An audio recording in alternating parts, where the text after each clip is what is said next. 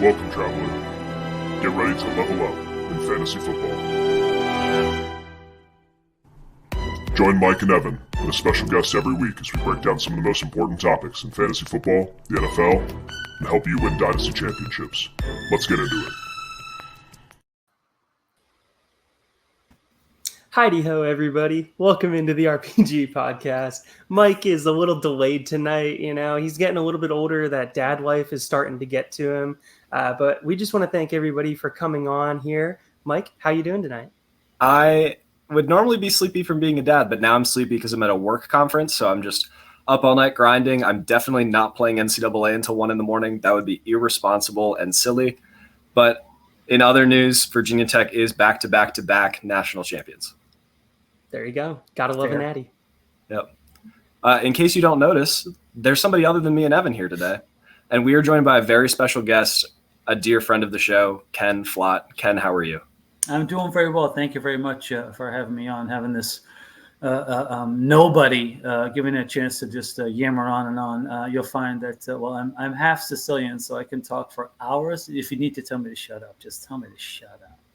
I'll just use the little admin notes to just mute you whenever you start going too long. But no, we're really excited to have you on. Thank you for joining us. Tell the people a little bit about your background, things you've worked on, and then where they can find you if they want to find more of your work.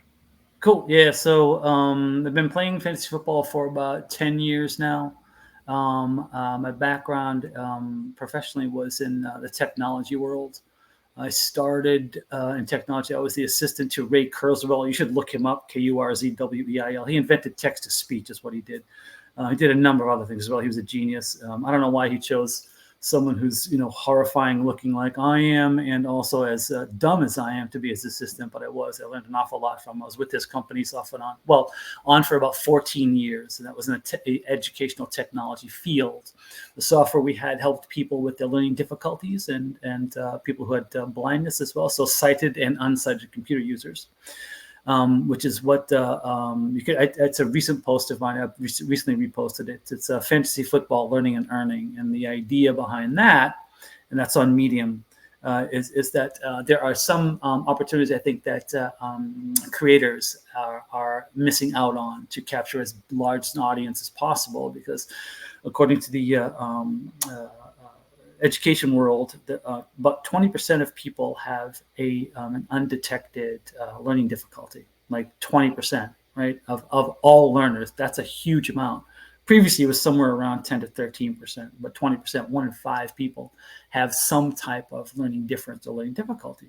And if you can imagine the creators that are out there creating stuff, whether it's in print, whether it's on video, whether it's graphs, right? Those wonderful graphs that we see all the time. For some learners, some of those things are really difficult for them to pick up on, and they're kind of missing out on, some subscribers, I should say, to subscribe to their services and websites. So the idea behind that particular that article that I wrote was like, here are the learning categories, shall we say, and here's how you can address some of those things with the content that you're creating. That came along after the past couple of years. It took me about a year to write that. I put that out there and got some good response to that, and hopefully that's going to help some people have introduced them to be able to have more access to more content in the fantasy football world. That'd be kind of cool. Yeah, I mean, part of the reason we do this show, Evan and I, we make about 6 pennies every show. But really the joy, the opportunity is to spread joy and have a good time and just get another perspective. So if you could send us the link to that, we'd love to read it and then try and find other mediums to spread joy. Oh, that'd be fantastic. Thank you. Hopefully it'll help some people. So yeah, cool. All right. We are going to dive into the AFC East this week. But first. And now it's time for news and notes. All right, so moving into some things that happened around the league, we have the Cam Akers signing. Does that really mean anything to you? No. Probably not. Yeah, okay, sounds about right. Moving along, we have some offensive lineman signings by the Broncos and the Vikings. The Vikings one really interesting with Darrisaw to me because of the fact that now they lock up Justin Jefferson, they lock up Darrisaw, so now you have 2 stalwarts on the offense. to be able to go with J.J. McCarthy long term. And then we got Bradley Chubb and Jalen Phillips placed on the PUP, which training camp PUP is a little bit different than in-season PUP or preseason PUP and all of that. But it is important to notice, because if both of those players are out come week 1, you're going to have a very juicy matchup in the early portions of the season, because that defense for the Dolphins has been absolutely gutted. If you lose 2 more pass rushers, along with Wilkins, moving on from him in the offseason, could be up for games that are just complete shootouts. So it could also work out for those Dolphins offensive players. And then we got Hawkinson as well, supposedly ahead of time on his recovery. Yeah, what a surprise. Never would have guessed that. And then Kenny Clark is also a really interesting one. He was just extended by the Packers. If you look at his cap hit, it's very front-loaded, which is really interesting, because it makes me think that they're also going to front-load Jordan Love's contract to be able to then have the cap space to be able to utilize later on in that contract for the wide receivers, because you look at the wide receiver room and they're extremely young. A lot of them are rookie contracts. A lot of the skill positions, period, are rookie contracts. Except for running back, which we know is the old man and Josh Jacobs that has been around the league for about as long as Mike and I have been born. And is he still like 26? Yeah, still a young man. Still younger than both of us. But he's 26. Yep. Any of those news and notes fitting the fancy of anybody here? Well, I think so. If you want to go with an age thing, I think Josh Jacobs is still younger than Velus Jones came in the league. I think he came in the league at like 34 or something like that. Oh man, Ken, who's older, you or Velus Jones? Well, actually, Velus Jones was a year ahead of me in high school. Okay. No, I really want to anchor in on 2 things. First, the Amari Cooper deal. So they gave him $20 million guaranteed, $5 million in incentives. This shows that they're kind of locking him up and like keeping him around the building, which there was some whispers in the offseason. Is he going to go? Is he not going to go? Ken, I want to talk to you from a dynasty standpoint. What would you be willing to buy Amari Cooper for if you're a contending team? So interesting, because I have him on one of my dynasty best ball teams. I got an offer this week that was it was Mike Williams and a second-round pick. And I'm not interested in Mike Williams or a second-round pick next year, because just this is from a dynasty and also from a best ball strategy perspective, is this particular, though these leagues are total points, so it's not head-to-head, right? So it's probably – so I'd prefer to bank those points, being that he's probably in the 1,100 to 1,300 yard range. I mean, if you think Deshaun Watson figures it out and has at least a better year, right? It figures out something and if all the Browns fans feel that the Browns are going to or if you feel the Browns are going to the playoffs, then that's going to include Amari Cooper, and I'd rather bank those points than I'm not interested in Mike Williams. Since it's been 4 years now since he's been relevant at all. So that was a no for me.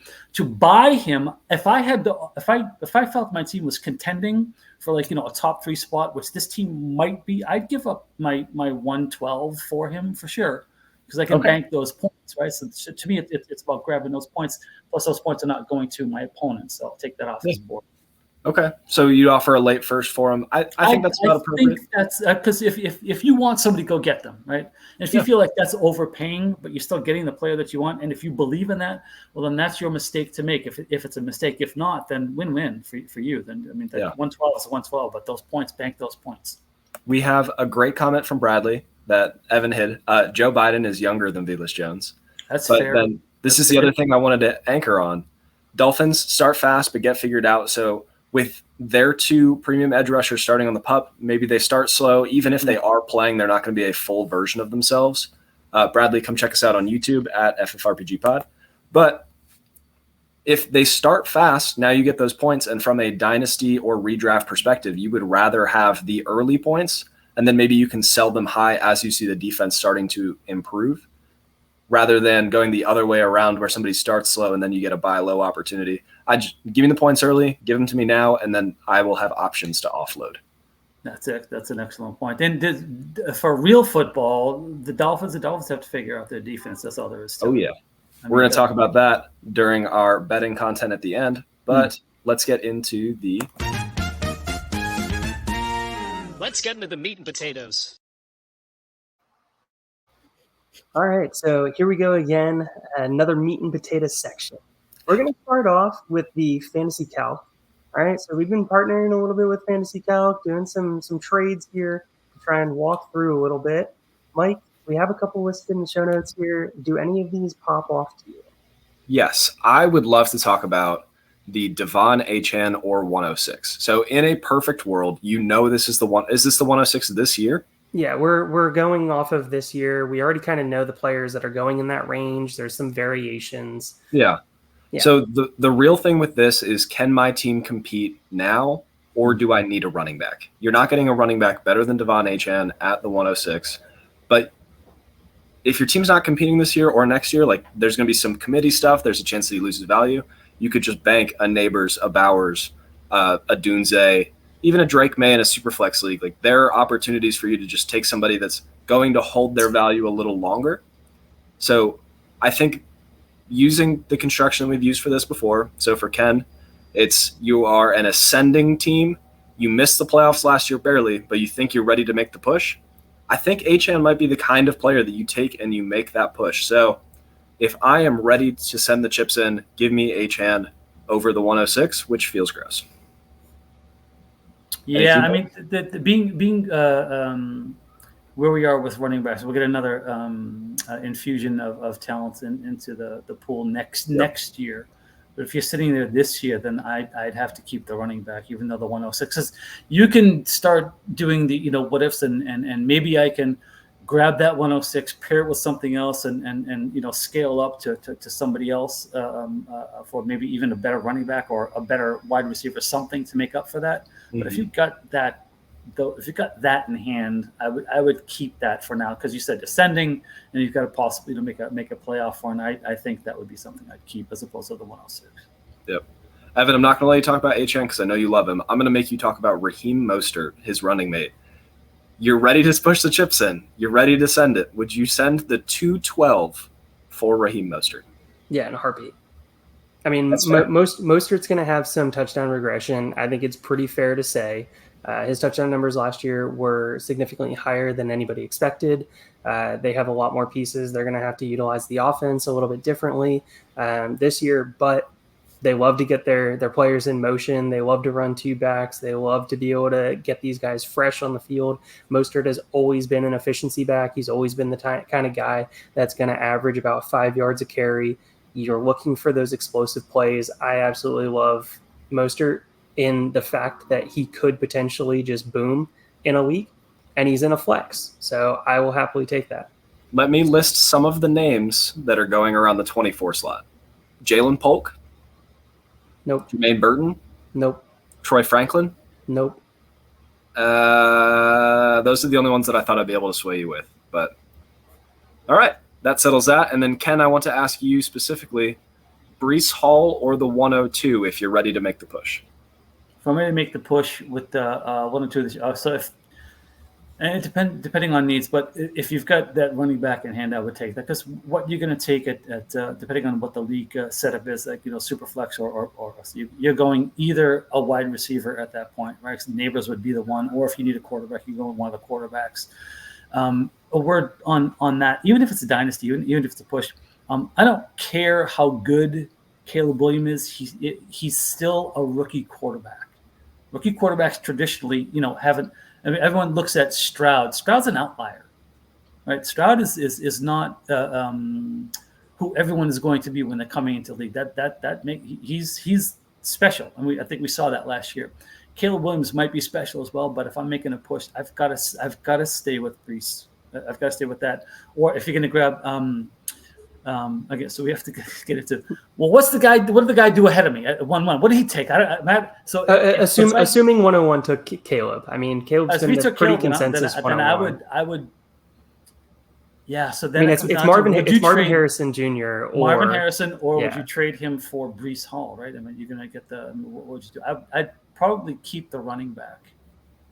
again. Okay. Because they're hard to come by, and they're hard to get too. Like trading to get like a running back, they're harder to get. People want at least in my leagues, my 8 leagues, is that they're asking a lot for any of those top 12 guys. Yep. I actually just wrote an article and I pulled it up really quick to see how quarterbacks finish relative to their ADP. This is looking at redraft, but we can use it for a dynasty mindset too. If you're ready to push the chips in and see what's going to happen. Among all quarterbacks that played 10 or more games, so this is even taking out the ones with injury, only 5 outperformed their ADP. And we're looking at guys like Stroud at 7, Herbert at 7, Kyler at 10, Burrow at 16. Like they did beat their ADP, but they're not the reason that you're winning a fantasy championship. So hopefully if you're ready to push the chips in, you're set at both quarterbacks positions, you're set at both wide receivers, now, or all 3 wide receivers for most dynasty leagues, and now you're going to go patch in those running backs.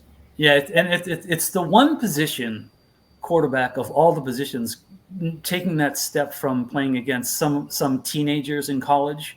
There's no teenagers in the NFL, right? So you make that next leap into the NFL. It's the one position that is probably the most difficult to learn. Mm-hmm. This stuff just flying around at different speeds, and they're masking stuff. And I mean, think about what Bill Belichick used to do to just confuse rookies, right? I mean, he was just a master of it. He knew it's like there's no way they have seen any of this stuff before. So, and there's a lot of coaches in the league that do that now. So that's why, tamp them down a little bit. It's not that the talent isn't there. The talent is there. It's just learning what you're seeing and making sure you're able to beat it.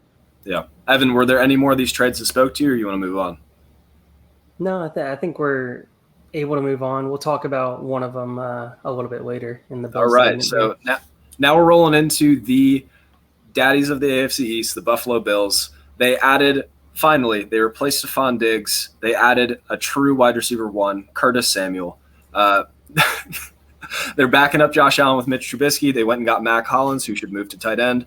They bolstered their offensive line a little bit. They got Chase Claypool, who should move to tight end. They got Marquez Valdez-Scantling, who should move to tight end. They got Keon Coleman, who should move to tight end. They got Ray Davis, who should move to an old person's home. Like, there was a lot of pieces here where they're trying to the money ball thing where we don't need him. We'll replace him in the aggregate. They're trying to replace Stefon Diggs in the aggregate with guys like Keon Coleman, Curtis Samuel, and for the memes, MVS and Chase Claypool. They lost Stefon Diggs, obviously. They lost Naheem Hines, the kick returner / jet ski champion. Lost some offensive line help. They lost another kick returner. They lost my heartthrob, Gabe Davis. And they went ahead and they replaced their OC in the middle of the season. After the OC changed, we saw a really run-heavy tendency. How is that going to affect Josh Allen's fantasy upside / is the Stefon Diggs thing going to ruin his dynasty upside? Ken, what are your thoughts on Josh Allen? So Josh Allen, based upon everything that he's got in that room, and I'll say this, and don't tase me, bro. All right, so I think they have one of, if not the worst, wide receiver core in the AFC East. Not a fan of Keon Coleman. Didn't really show much in college. I think he's like a late career Alshon Jeffrey, if you remember him. He's just like a big guy who's just going to battle got good hands. Congratulations, you ran across the field during the gauntlet, during the you know what I mean, during the combine. He made all the catch. Good for you, right? So congratulations. But he's coming in. They've got him listed at number 1. I don't see it. Curtis Samuel is a fantastic athlete. He's a good football player. He never stays healthy, and he won't stay healthy again this year. I'll get back to Josh Allen in a second. I think the number 1 receiver is going to be Kincaid. I think that's a good bet. I think a sneaky good pick late in drafts. You want a dart throw would be Dawson Knox. They don't dislike Dawson Knox. They like him. He's still on the roster, and he knows like everybody. And Josh trusts him as well. I think he'll, probably 40 catches, let's say. Khalil Shakir is as close to a number 1 receiver as they have. And like you said, like later in the season, after they changed the OC, look at what Shakir did. They started to trust him. In the playoff game, that catch in the corner coming back to the ball is that type of play is what they something that like Diggs was capable of doing. The kid can play. I don't know how much they're going to use him or how they're going to use him, but they need to use him because he's just going to step. I think he's going to step forward with more snaps on the field. There's going to be more opportunities for him. Josh clearly trusts him. He wouldn't have thrown him the ball in the playoffs if he didn't. So Kincaid's number one. I think the running back. Cook is the second receiver on the team. I think that's where he's going with that. And I think Josh has a tendency, like we've seen before, early in career, and then again a couple of years ago, where if things aren't good, Josh starts doing stuff by himself, meaning running when he maybe shouldn't, or maybe forcing a pass just to try and make a play. So I don't know how much you trust the new guys that are going to be there. And I think that's where Josh is going to be this year, where it's going to look like maybe a little bit of aggression. It's just like he's just trying to make stuff happen. And I think he feels it after, the success, the fame, the money and all of it. And now I think in the back of his head, he's thinking, I've got to win a championship. Like he's putting it on himself, right? He's putting it, I think he does that. I think he does. I'm not a Bills fan, but I love Bills Mafia. I love what they do with their, I love all the stuff they do with the charities and getting behind stuff. I love that stuff. But I think Josh Allen has a tendency to, when the game is on the field, he might say and do the right things on the practice field and for prep. But when the game is on the field, he puts it into his own hands, and I just don't think they have the supporting cast there, right? So if you got 1, 2, 3, it's Kincaid, Cook, and Shakir for me there. I don't know if Coleman is going to figure it out for the typical after in the second half of the season they'll figure it out and he'll come on strong. I don't know that he's got that. So. Yeah, instead of Batman and a bunch of Robins, we have like Superman and a bunch of just random people off the street just doing the best. Yeah. So are you comfortable with Josh Allen's price as the quarterback one in both Dynasty and Redraft? I wouldn't no. So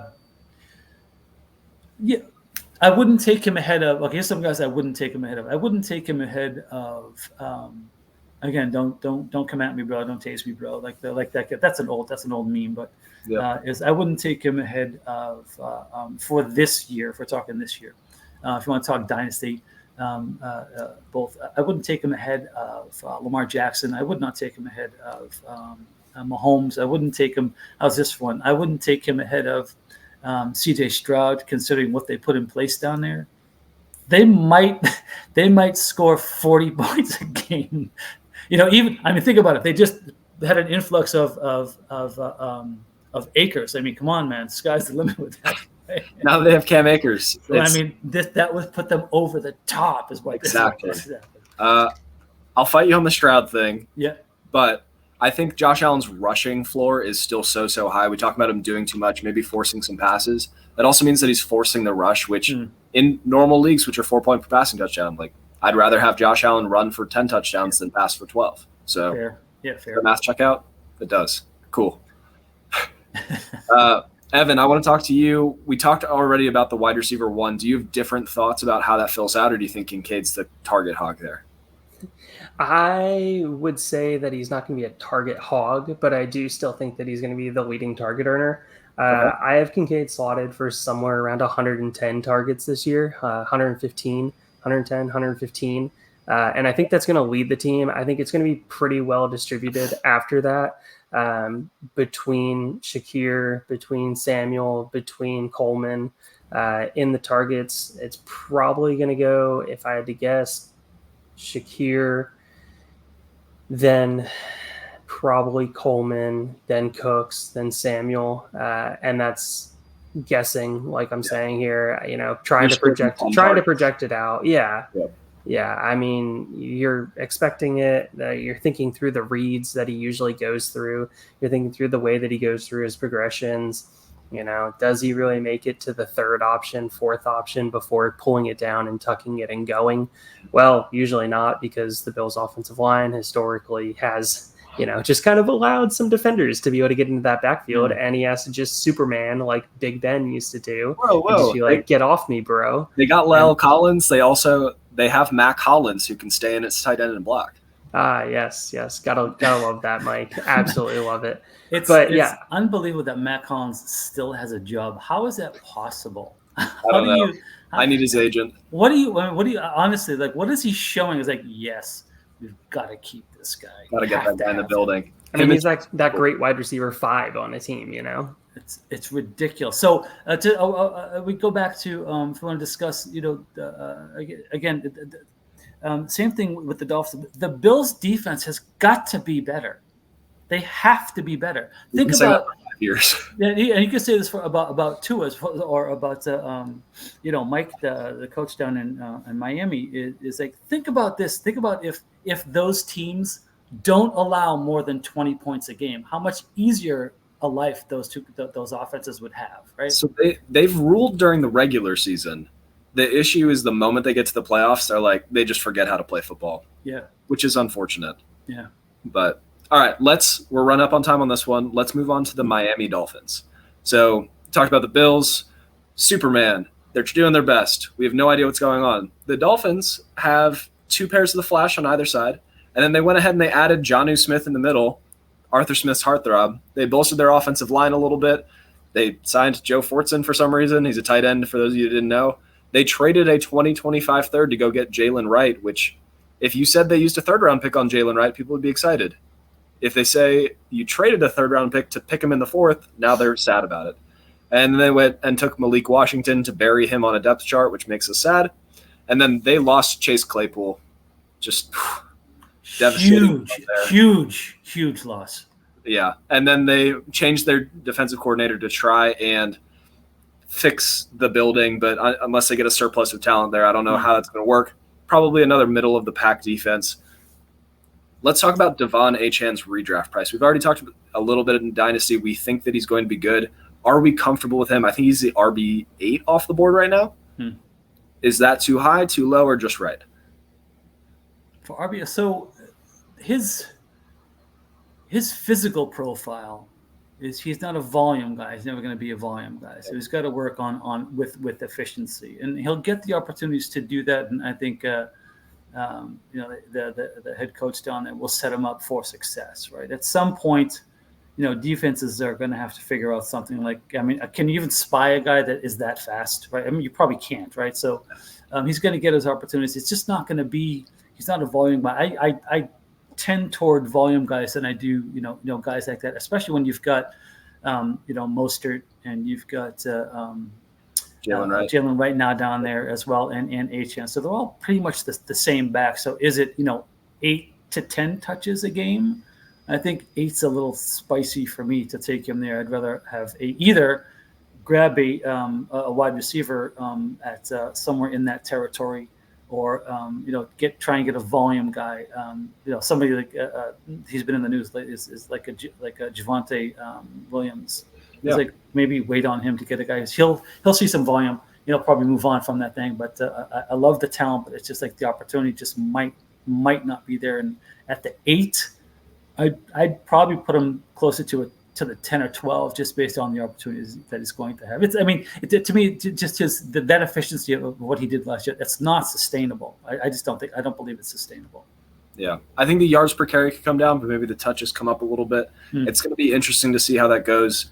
Evan, I know I didn't put this on the show sheets, but would you rather have Achane in the 2nd round or Mostert in the umpteenth round? Mostert in the umpteenth round, but I want to take both of them. Yep. So just keep taking swings at this Miami offense and just see what sticks. Let's talk about the key engine that runs this offense. Clearly the best player on the team by a mile, Tua Tagovailoa. Evan, is he overrated, underrated, or just right? You can say format. You can say real life. It doesn't matter. I would just love to hear your thoughts on Tua because I don't think we've talked about this before. Yeah, real life, he's underrated. People look at him and they crap on him all the time because he can't win playoff games because he is a completely different quarterback on the road than he is at home. The entire Dolphins team is a completely different team on the road than they are at home. Maybe that has to do with the fact that their stadium's set up so that if you have an afternoon game, they're in the shade the entire game and the opposing team's in the sun the entire game. Have you ever that might actually cause a difference. Seen a Lamborghini drive on gravel? That's the Dolphins on the road. They're just so much speed, so much like excitement, but then they're in the snow in Buffalo in December, and you're like, oh God, they can't run anymore. So you think he's underrated? I think he's underrated from an NFL standpoint, underrated from what the casual fan looks at him for. Dynasty, I think he's slightly underrated, but I would say he's closer to just right than underrated, mainly because I'm seeing Tua as a QB that's going to get me nothing on the ground. He's going to have to be able to get the passing volume. He's going to have to be able to get the passing yards, which in the high efficiency offense, you should be able to get that. Top 2 in the league last year, if not led the league in passing yards, something around there. So you're going to be able to get those passing yards. But with that being said, you also have the injury risk now as well. We all know what happened to Tua. We've seen it at this point many, many of times. You have Tyreek's retirement eventually looming down the corridor here. We all know that that's coming as well. So yeah, if you're going to tell me that he is QB, what is he right now, Mike, coming off the board? I just looked it up on Fantasy 16? He is QB 16. Look at that. So, dynasty question. I'll ask both of you this, whoever wants to answer. Would you rather have Tua Tagovailoa and a second or Brock Purdy? Tua in a second. Heartbeat. I'd probably go Purdy over Tua Tagovailoa. You just think nothing.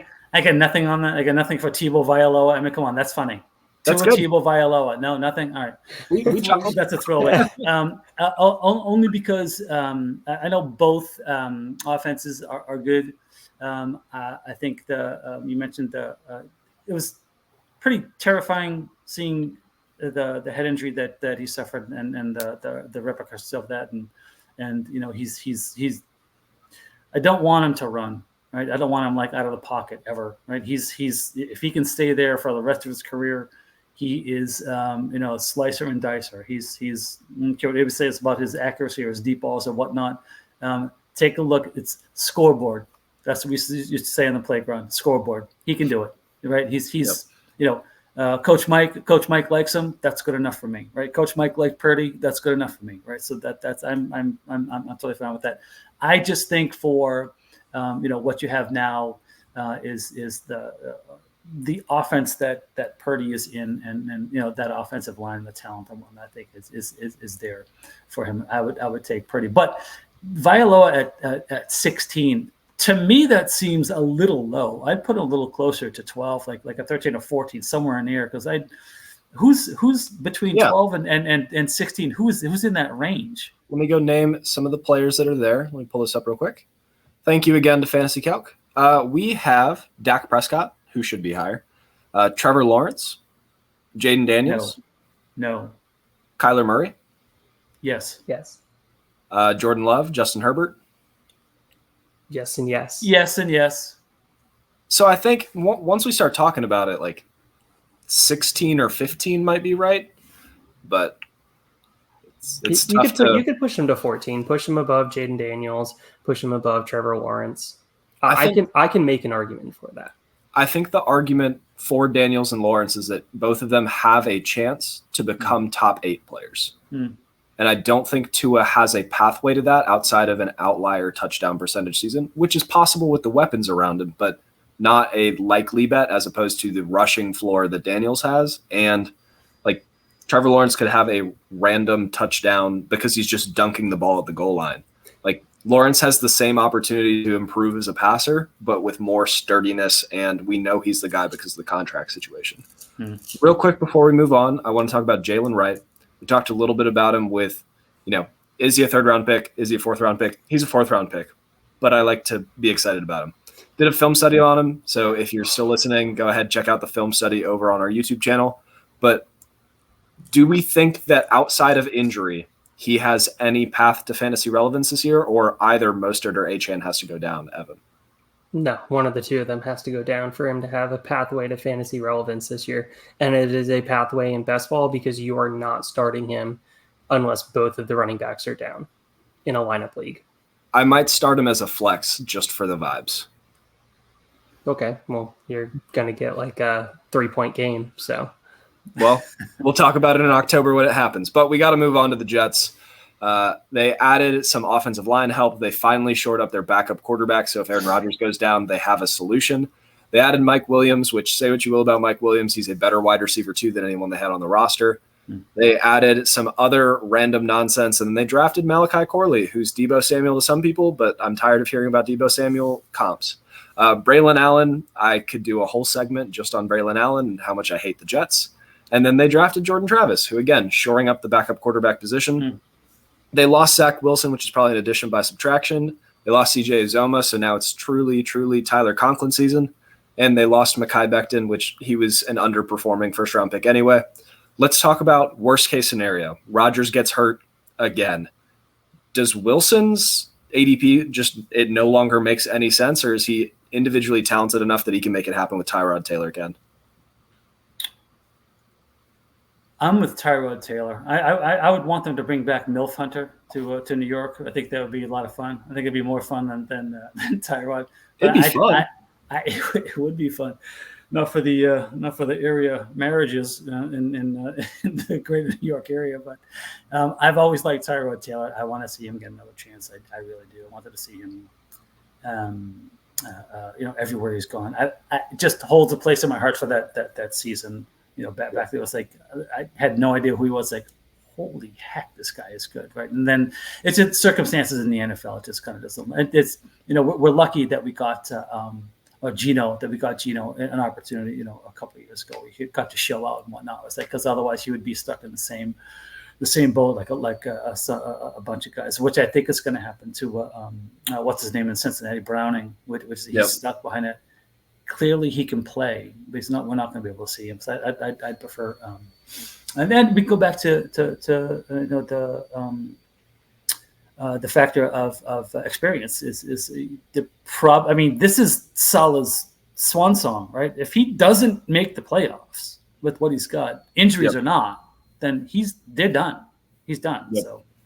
So Tyrod Taylor starting. You're comfortable with Garrett Wilson at his ADP, or you're uncomfortable? Yeah, I don't think it matters to him within. You get the ball within like 3 feet of him. I mean, I could throw it to him, and he could catch that ball. And a word on Malachi Corley is it's probably just an aside, and maybe it was somebody had an observation is that Xavier Gibson was running ahead of Malachi Corley in the OTAs, like. He had. It wasn't just because he's. I'm not kidding. Somebody who was there had said, Xavier Gibson is running ahead of Malachi Corley at this point. That could just be a learning curve, right? Yeah. Malachi Corley. I guess he's talented. I don't know if he's. What did he run at the combine? It wasn't like a 4.6. He's not very fast. His whole calling card is that he's built like a running back, but catches the ball. Well, maybe they should put him in the backfield with the 16 other running backs they have. I can't believe they did that to Israel Abanikanda. I can't believe it. Izzy Abanikanda, Braylon Allen. Yeah. Two of my heartthrobs gone. There's that the other kid they drafted was like a 3rd or 4th round. Isaiah Davis. Yeah, that's the one. What they should do if the Jets want to make some hay is trade Abanikanda to Dallas. Yeah, Dallas needs a back. And any running back we care about. Good. Trade him to Dallas. Kevin Harris from the Patriots. We'll talk about him next. I'm bringing him up whether you like it or not. Kevin Harris. Pierre Strong. Pierre Strong's out in Cleveland now, but I don't think he's playing football anymore. I think he's still technically on the roster in the same way like Evan is on the Titans roster. That's fair. Yeah, that's fair. Evan, I want to talk to you real quick. Is the wide receiver 2 in New York worth anything? And if so, who is it? I mean, the wide receiver 2 in a best ball standpoint is Mike Williams because eventually he's going to get back on the field. But no, realistically, no, it's not. Yeah. I think the better question is, Mike, do you have Breece Hall being the second highest target earner on this team again? Ooh, let me check my projections real quick, but I think I do. So going through to the Jets. Because it would be Conklin. You'd be looking at Conklin taking that target share away from him. You'd be looking at Mike Williams taking it away. I mean, I think we can say pretty safely it's not going to be Malachi Corley taking the line share as the 2 there. So no, it is not. There you go. You want training camp stuff. is the drum beat. Everybody talks about the drum beat. You know who it's going to be? The number 2 target is going to be whoever Aaron Rodgers says it is, because that's the way he is. You know what I mean? So who is he throwing it to? Who is he talking up and that kind of thing? That's the guy you want to go after. Yep. I actually do have it penciled in that Tyler Conklin is slightly ahead, but that's purely based off of the fact that he just perpetually gets 87 targets. And Tyler Conklin sounds like a guy that works in IT. Is he actually a football player? Is he a real football player? Tyler Conklin, because he sounds like he's like the assistant admin guy who does the desktop apps. You call it down, it's like Tyler. He's top 10 in the league in targets among tight ends in the last 3 years. It's just the targets have been from Zach Wilson and the ghosts of quarterback past. But yeah, I think it's going to be Breece Hall. Remember when we did our running back show? And you said that Breece Hall would never catch enough passes to be fantasy relevant, and then he was the RB2. And then it happened, and now I'm eating crow. And this coming season, he's going to go back to being below 70 targets. I mean, let's talk about Aaron Rodgers' history. So if Aaron Rodgers is the starter, he has peppered Aaron Jones with targets over the years. Breece Hall, I will accept no feedback on this, is a better running back than Aaron Jones at any point in his career. So I think it's Breece Hall season for round 2. While we talk about it being Breece Hall season, I would just like to block off the next probably 45 minutes of our lives to just pour one out for Braylon Allen. Talented back, still 20 years old, workhorse body. If he got drafted to Dallas or Los Angeles or pick probably 28 other teams, we would be talking about how we're worried about him maybe being the starter there. And instead, he's dead. So if Breece Hall goes down, I do think Braylon Allen is undervalued in redraft because right now he's running in front of Izzy Abanikanda, and he will continue to do that because he's better. I love Izzy. I think Braylon Allen's better. The Jets just keep taking talented day 3 running backs and then putting them in a closet, and it makes me sad. Anyway, let's talk about the New England Patriots. They added KJ Osborne. They drafted they signed Chuks Okorafor, Antonio Gibson back from the dead, Jacoby Brissett back from the dead, Austin Hooper back from the dead. Like, man. But they took Drake May, number 3 or 4 overall. 3 overall. Mm-hmm. And this is the type of quarterback that can turn an organization around. Unfortunately, he's walking into a room with Pop Douglas, Jalen Polk, who they took in the 2nd round, and Javon Baker, who they took in the 4th round. So talent, these are all very good, and they have KJ Osborne, who Evan thinks is good. They have 4 wide receiver 3s and 0 wide receiver 1s. And then they also took Joe Milton, who I hope converts to tight end. They lost Mac Jones, tough, and they lost Zeke Elliott, which might actually be tough. And they lost Devontae Parker, who retired. They have the tall task of replacing Bill Belichick as a coach, and they've replaced their entire staff. I want to talk real quick about Drake May. Very talented player. I love his tape coming out. He was my quarterback 3, but I have no qualms with any of the top 4 quarterbacks. I think they're all talented and good. Is this the cheapest that Drake May is ever going to be in Dynasty, Evan? Yes, 100%. The moment he takes a starting snap, we're going to be like 3 firsts. Well, okay. Wait. Well, let me give it a side. Once Jacoby Brissett is named the week 1 starter, will be the cheapest that Drake May will ever be in Dynasty. Okay. Yeah, give it like a month, and then Drake May is going to be marginally cheaper.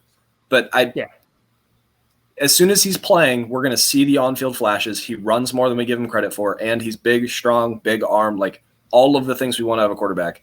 He's just throwing to a ragtag group of people. So, Ken, I want you to stack these target earners. Just give me the top 3. You got DeMario, Pop Douglas. Yeah, no, it's Mario Douglas, Kendrick Bourne, and Hunter Henry. Hunter Henry is quote unquote struggle target, and that's after Drake May gets in there. With regards to the pass catchers in general, Jacoby Brissett, who I actually like-ish. I think if you've got a dynasty, any super flex league, especially for this year, because he's going to play at least 6 games. Do you think? Do they give him like half a year or something? Figure let's say you've got 6 weeks with him, then you're going to want him on your best ball team for sure. I don't know if you're going to start him in a redraft, but I think he's got, and he is savvy enough to figure out. I mean, look at what he did with what he had in when he was in Cleveland. He knew who to go to. He knew who to get the ball to, and it was Cooper Moore and Njoku. So I think those are the guys that are going to earn those targets. Yeah. KJ Osborne is replacement level. I think Jalen Polk was a guy who did nothing until McMillan got hurt in college. I heard somebody say on other podcasts, this is like a month ago, it's like, he commanded the respect of the room, and he didn't command the respect of anybody. He was getting snaps. He was on the field because he was the guy who was there, who had a scholarship, but that's it. Like, he didn't do anything until then, and it was a marginally 1,100 yards. It's actually not terrible. I think Javon Baker is the most interesting of that group. I like Pop Douglas because I think he's very talented. He just has his Matt Harmon. His route tree is limited. He can do this stuff, and he does that stuff very well, but that's not a game changer and a game breaker who's going to help you win 8, 10, 12 games a year. He's not that. But I think Baker could be. I think the program he's coming from, the success that he had there, I love the attitude that he has. He's got to show it, on the field. So we'll have to see what happens there. I can see the vision. So let me walk you through the schedule real quick. They start with the Bengals, Seahawks, Jets, Niners, Dolphins, Texans, Jags, Jets. Then November 3rd, they play a little team with a bad defense called the Tennessee Titans. And after the first 2 months of the season, Drake May has been working with the second team with Jalen Polk and Javon Baker on the outside. It's not even they just replaced the quarterback. They replaced the whole offensive skill set. So now you have May behind center, Baker on one side, Polk on the other, Pop in the slot. It's a dream come true. And they can help. Drops 40 on the Titans. And they can help him a lot because they're going to do it anyway. But is by running the ball. I mentioned Kevin Harris earlier. I think with Gibson there, and of course Ramondre, who's just a beast. I mean, Ramondre. I mean, maybe you've forgotten, maybe but like, look up how big he is. He's massive. He's a massive human being. He's huge, right? And I'm googling Ramondre Stevenson's size right now. He's just fantastic. So they can help him out by 6 foot 227. Jesus, yeah, that's ridiculous. Well, he came out heavier than that. Yes, he did. He came out almost 240. That's right. Yeah, he was like 236, 237, somewhere in there. Yep. So they can help him out by running the ball. But there was a quote, and I don't remember who it was. It may have been Alex Van Pelt, who I don't have much faith in. I'm sorry, I don't. It's just like think about some of the great teams of the past 5 to 8 years. Not one of them. Their offense, not one great offense was you think it's like, oh yeah, that was an Alex Van Pelt offense. No one thinks that. No one ever thought that. And it's just because it didn't happen. But somebody said early in the offseason that, and it was a very simple quote, and it was very concise to the point, saying, we're going to use our young guys. That's what they said in New England. So whatever that means to them, I'm guessing it's like you had mentioned, probably Polk and Baker at some point, without a doubt. The tight end as well. Don't forget about the tight end that they drafted. He'll probably get a shot. Raheem Bell. Yeah, so he'll get a shot out there as well. Ramondre, maybe Harris gets out there for a little bit. I'm sorry, I'm hammering on Harris. I think he's very talented. But they said specific. It was a specific, and it was like we want to use our young guys. So that's probably where they're headed. Patriots fans a little spoiled. I don't know if they're going to enjoy 3 wins, 5 wins. Because I don't think it serves them to win 6 or 7 games, right? You want to be, if you're looking to replace a running back, certainly next year is the year, but there's also a couple of players coming out on the offensive line and defensive line. You want to get some of those guys. You need to be in that top 10, right? So I don't think they should be looking at 6, 7, 8 wins. Yahoo, you're going to sell out. They're going to sell out anyway. That team's going to sell out anyway. So don't try too hard down in up in New England to finish in the middle of the pack, because that's not going to be very good for you come draft time. So Drake May to Tet McMillan is going to feed families. I'm so excited already. It's going to happen. He will be how's this? So that combination, you'll be able to spend less than $6,000 on DraftKings to get them in your lineup for the entire season. Yep. It's going to be so cheap, and it's going to be so good for you. Yep. All right. Let's move on to our betting lines. So the Buffalo Bills last year were 11-6. Their current line is at 10.5 at plus 130 to the under. We do this every week, but Ken, just so you know, it's over, under, or stay away. Evan, we'll start with you. Okay. I'm going to lean to the over. I want to say stay away, but I'm going to lean to the over. Mainly because Josh Allen is still Josh Allen. They're going to grind their way to an 11-win season. I think the Dolphins regressed. I think the Patriots regressed somehow from a 4-win team.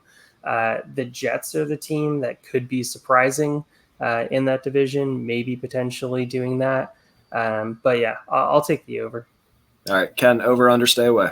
I would stay away from it. I think this is another one with the head coach there is, silently – he's got to do something this year. He does. They've had a lot of talent there, and this year there's a little bit less talent, but they still have Josh, and they're kind of that window's not closing on him. It's not like he's getting older, but I think that coach is like, look, you've come close. You can't get over the hump.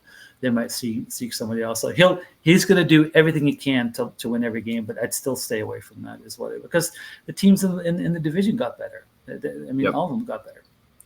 I wanted to say over, but let me pull up the Bills' schedule real quick. Oh, nope. I pulled up too much. So, Cardinals win. Dolphins at Dolphins in September. That's a loss. Jags win. Ravens wash. Texans wash. Jets wash. Titans win. Seahawks win. Dolphins win. There's a lot of washes on here because they're playing a first-place schedule, and they get the 49ers, the Rams, the Lions. There's not a lot to like here, so rather than betting against Josh Allen, I'm just going to avoid this one.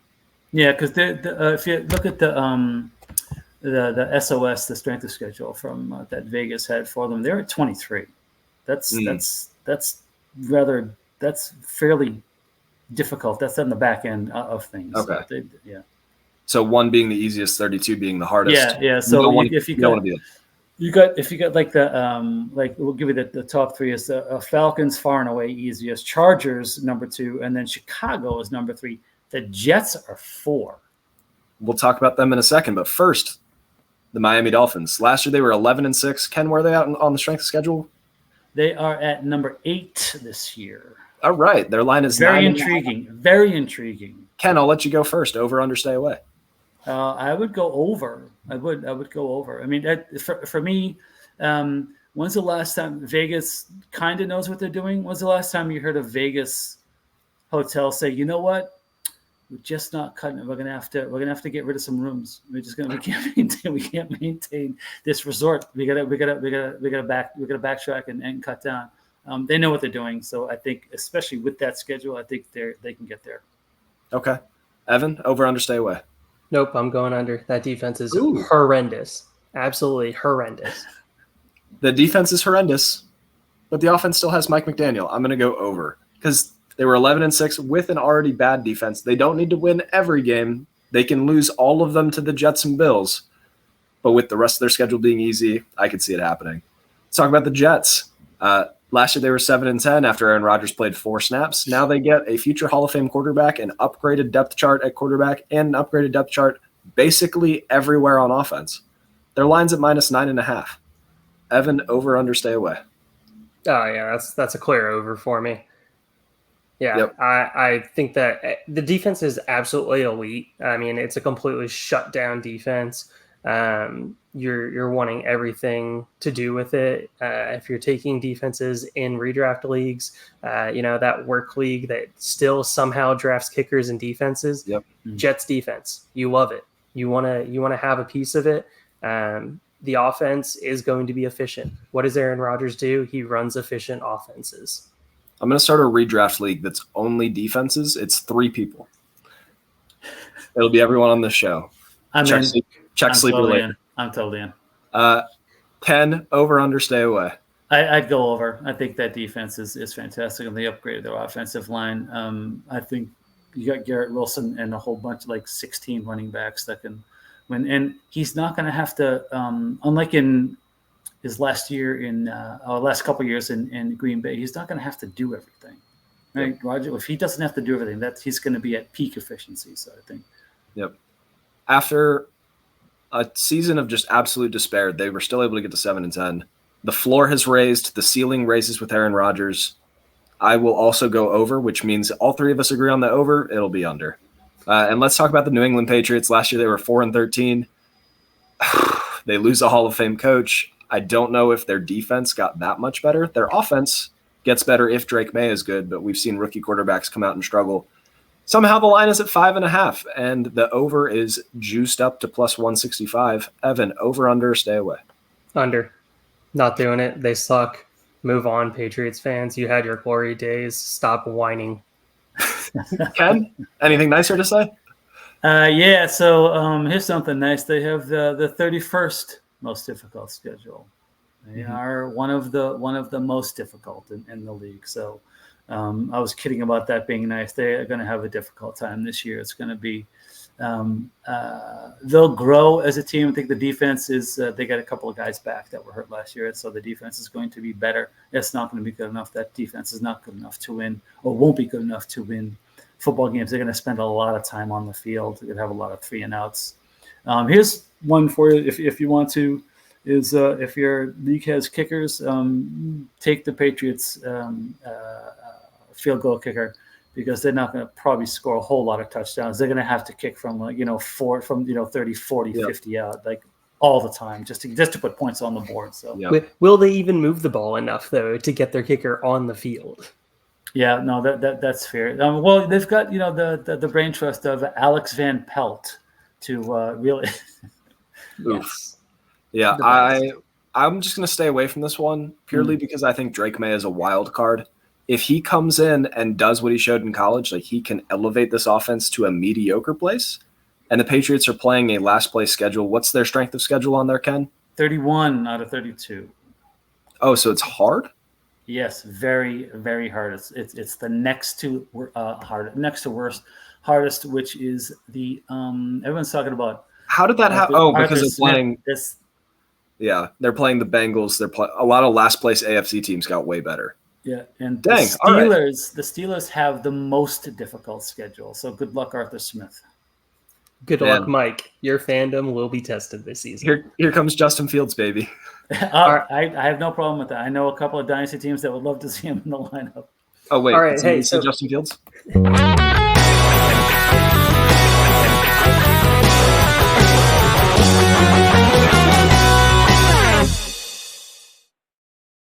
No, stop it, Mike. No more fun for Mike the rest of the show. Last real bit of content here. That's so Buffalo harsh. Bills at plus 170 to win that division. Jets at plus 190. Dolphins at plus 200. Which of those three are you taking? So because they're all grouped there. They're all grouped there. The Jets are fourth. The Dolphins have the 8th. I think I would take the Jets. Right there, yeah. Yep. If That's you're what I going was to give thinking me too. plus odds on Aaron Rodgers and an elite defense, I'll take that. Yeah, I think that's fair. But while you're staying up late playing NCAA and making bets, go ahead and drink some Dubby. It's a jitterless energy drink. Use code FFRPG at checkout. And also redraft leagues are starting to wind back up. If you're looking for a trophy to pass around your work league or to give to your boss because they keep winning and you can't take it from them, head over to Trophy Smack, use code FFRPG. You get a little bit of money off, a little bit comes back to us. And that's what lets us bring on great guests like Ken. Ken, thank you so much for joining us. We will be sure to Venmo you your 6 cents after this. Yeah. Tell the people one more time where to find you. You can find me right there. It's right there. It's right there. All right. On Twitter, not X.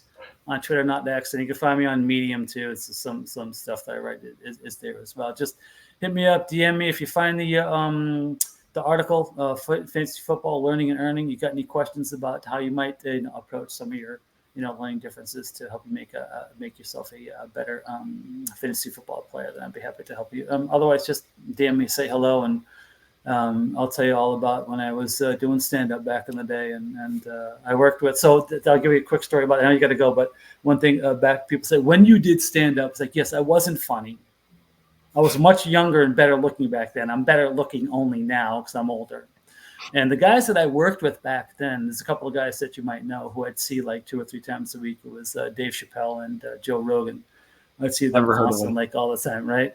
I will say they weren't doing the stuff that they're doing now, which I don't necessarily approve of. But those are the good old days, man. Those are a lot of fun. I had a full-time job. I was doing comedy at nights, and fantasy football was a future thing for me back then. That was way back. So, yeah, hit me up. Say hello. I always love to chat. Thank you very, very much, both of you, for having me on. Mike, appreciate your friendship. Evan, appreciate your support, your friendship as well. And I look forward to speaking to you guys soon. Thanks for coming on. For the audio-only listeners on Spotify, it's at Ken Flott, KenFlott. Bye, everybody. Evan, I love you.